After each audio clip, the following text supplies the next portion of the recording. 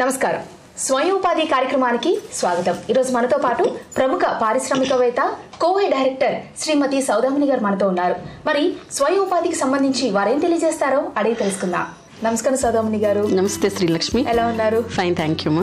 So ఈరోజు స్వయం ఉపాధికి సంబంధించి మా సకులకు ఏం తెలియజేయబోతున్నారు?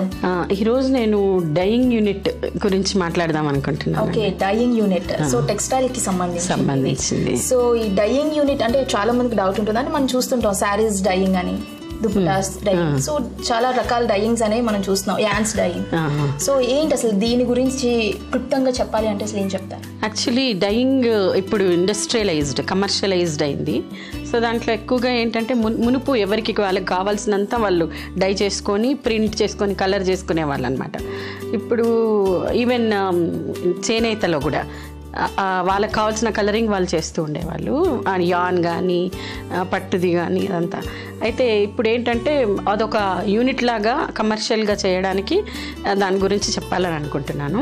మెయిన్గా ఏంటంటే మనకు కలర్స్లో అంటే ఎన్ని విధాల కలర్స్ ఉంటాయి, కలర్ కాంబినేషన్స్ అంటే ఏదేది అంటే మెయిన్ కలర్స్ని కలిపితే వచ్చేది కలర్ కాంబినేషన్స్ ఉంటాయి చూడండి. అవి కెమికల్స్ మనకు దొరికినప్పుడు వాటిని మనము కెమికల్ అంటే దాన్ని బాయిల్ చేసి ఒక టెంపరేచర్ దగ్గర బాయిల్ చేసి దానికి ఫ్యాబ్రిక్ అంటుతుంది. అంటే దానికి మెయింటైన్ చేయాల్సింది ఏంటి అంటే టెంపరేచర్. అదే రెగ్యులర్గా మనం బాయిల్ చేసే దగ్గర అక్కడ టెంపరేచర్ మెయింటెనెన్స్ ఉండదు. సో అలాంటప్పుడు మనకు కలరింగ్లో కూడా తేడా వస్తూ ఉంటుంది అనమాట, ఫ్యాబ్రిక్లో ఆ డిస్టర్బెన్స్ ఉండేది. సో అందుకని ఇప్పుడు ఏంటంటే టెంపరేచర్ మెయింటైన్ చేసే బాయిలర్ని ఇక్కడ యూస్ చేస్తారనమాట.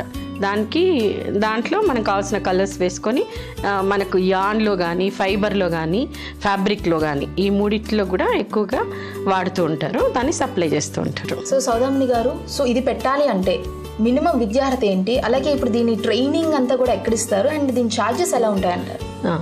ట్రైనింగ్, దీనికి ట్రైనింగ్ అనేది ఇప్పుడు కమర్షియలైజ్డ్ కదా, దానికి అంటే కోవిలో ఇది చేయించడం కష్టం యాక్చువల్లీ. కాకపోతే దాంట్లో రెండు విధానాలు ఉన్నాయమ్మా.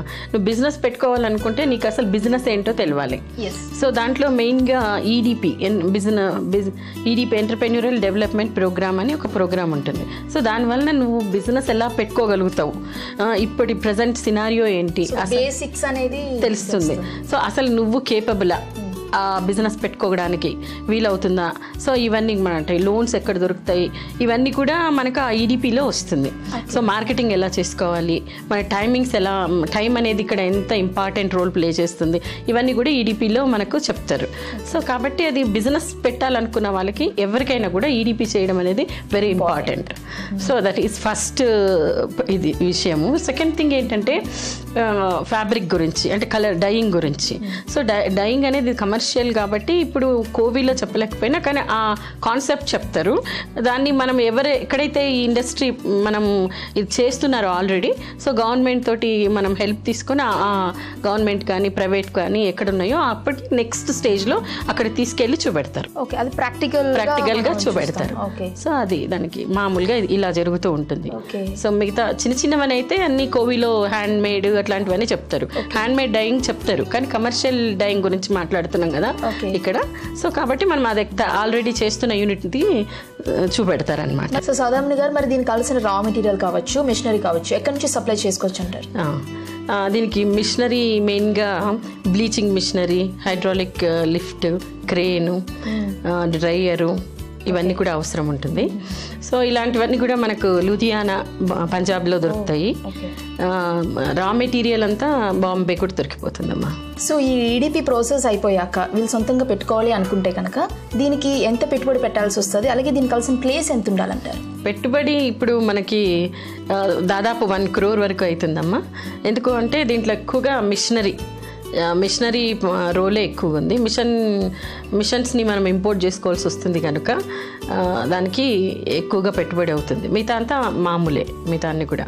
సో దాంట్లో raw material purchase, working capital అదంతా కూడా ఒక 10-15 lakhs వేసుకుంటే మిగిలినంతా కూడా మిషనరీకే పెట్టాల్సి వస్తుంది. సో అంటే ఇప్పుడు ఇది పెట్టడానికి ఇది అంతా ప్రాసెస్ మీరు చెప్పారు, బట్ అన్నిటికన్నా వెరీ మచ్ ఇంపార్టెంట్ ఏంటంటే మార్కెటింగ్. ఇది మనం కానీ సక్సెస్ఫుల్గా కంప్లీట్ చేయగలిగితే కంపల్సరీ మనం వెంచర్ సక్సెస్ అవుతుంది. సో మరి ఈ మార్కెటింగ్ చేయడానికి మీ సంస్థ ఎలా సహకరిస్తుంది? యాక్చువల్లీ మార్కెటింగ్లో మొదట అంటే మార్కెటింగ్ అనేది కూడా మనం ముందే చేసుకోవాలి. అది కూడా ఇంపార్టెంట్. మనం పెట్టుబడి ఇట్లా 25% ఎలా మనం రెడీ చేసుకోవాలో ఇది కూడా. ఎందుకంటే మనం ఎక్కడ ఈ ఇండస్ట్రీ పెట్టాలి, సో మనకు లాజిస్టిక్స్ ఇక్కడ అప్లై చేయాలి. మనం ఇది తయారు చేసిన దాన్ని ఎవరికైనా సప్లై చేయడానికి వాళ్ళు ఎంత దూరంలో ఉన్నారు మనకు, అండ్ మనకు వర్కౌట్ అవుతుందా అంటే అలాంటివన్నీ కూడా ముందే చూసుకోవాలి. సో చూసుకున్న తర్వాత మెయిన్గా ఏంటంటే ఇప్పుడు మనకు ఫ్యాబ్రిక్, యార్న్ ఇవి వాళ్ళందరూ కూడా ఉంటారు కదా, ప్రింటింగ్ వాళ్ళు, షాప్స్ ఇవన్నీ ఉంటాయి కాబట్టి పెద్ద క్లోత్ స్టోర్స్ వీళ్ళందరినీ కూడా అప్రోచ్ అవ్వాలి ముందే.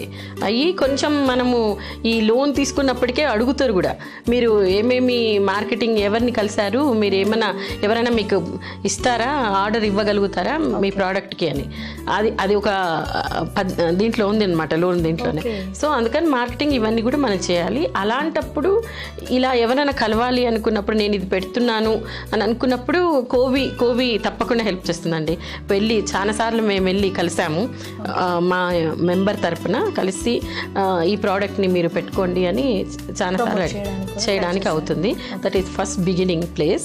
సెకండ్ థింగ్, ఒకసారి యాన్ కానీ ఇది కలర్స్ బయటకు వచ్చాయనుకోండి, దాన్ని మేము ఒక కొత్త యూనిట్ వచ్చిందంటేనే మేము మా ఎగ్జిబిషన్లో వాళ్ళకి మీకు అంటే ఎన్ఎస్ఐసి అంటే ఫ్రీ స్టాల్స్ కూడా ఇస్తాయి, అంటే లో ప్రైజ్డ్ స్టాల్స్ కూడా ఉంటాయన్నమాట. ఆ స్కీమ్ ఎప్పుడు ఎగ్జిబిషన్లో అప్లై అవుతూ ఉంటుంది. సో వాళ్ళకందరికీ మేము ప్రమోట్ చేస్తుంటాం, అంటే లో రేట్ కింద. సో మీరు స్టాల్ తీసుకొని ఒక 2-3 డేస్ మేము ఎగ్జిబిషన్ పెడుతుంటాం, దాంట్లో చేస్తాము. అంతేకాకుండా మీడియా కూడా బాగా కవర్ చేస్తుంది.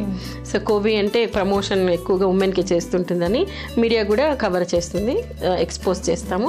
మాకు సోషల్ మీడియా కూడా ఉంది, మాకు 9 చాప్టర్స్లో కోవి ఉంది. సో మేము మా నెట్వర్కింగ్లో మొత్తం ఇదంతా కూడా ప్రమోట్ చేస్తుంటాం. తర్వాత ఇంకా వేరే స్టేట్స్కి కూడా వాళ్ళు పెట్టే ఎగ్జిబిషన్స్లో మేము ఎన్ఎస్ఐసి ఎంఎస్ఎంఈ త్రూ తోటి వాళ్ళతోటి పంపిస్తుంటాం అనమాట వేరే స్టేట్స్లో. ఇంకా బాగా ఉంది ప్రోడక్ట్ అంటే ఇంటర్నేషనల్లో కూడా మనం ప్రమోట్ చేయడానికి గవర్నమెంట్ సహాయం ఉంటుంది, స్కీమ్స్ ఉన్నాయి, దాంట్లో మేము ప్రమోట్ చేయగలుగుతాం. ఎందుకంటే ఎవ్రీ ఇయర్ మేము అదర్ స్టేట్స్లోను ఇంటర్నేషనల్ స్టేట్స్లోను ఎగ్జిబిషన్స్లో పార్టిసిపేట్ చేస్తూ ఉంటాము. సో ఈ ప్రోడక్ట్ దానికి సూటబుల్ అయిందంటే తప్పకుండా మేము ప్రమోట్ చేస్తాం. సో సౌదామిని గారు, అంటే ఈ స్మాల్ స్కేల్ ఇండస్ట్రీస్ పెట్టాలి అనుకున్న వాళ్ళు చాలా డౌట్స్ ఉంటాయి వాళ్ళకి, అంటే ఒక బిగినర్గా చాలా డౌట్స్ రైజ్ అవుతూ ఉంటాయి. సో అలాంటి వాళ్ళు మిమ్మల్ని కాంటాక్ట్ చేయాలంటే ఎలా కాంటాక్ట్ చేయాలి?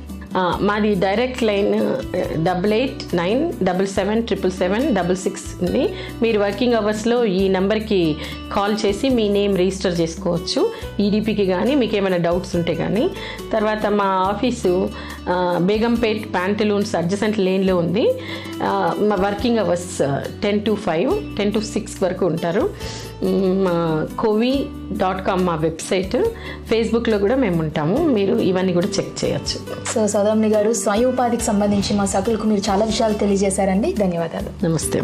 ఇది వాళ్ళకి స్వయం ఉపాధి కార్యక్రమం. మరో ఎపిసోడ్లో మళ్ళీ కలుద్దాం. అంతవరకు సెలవు, నమస్కారం.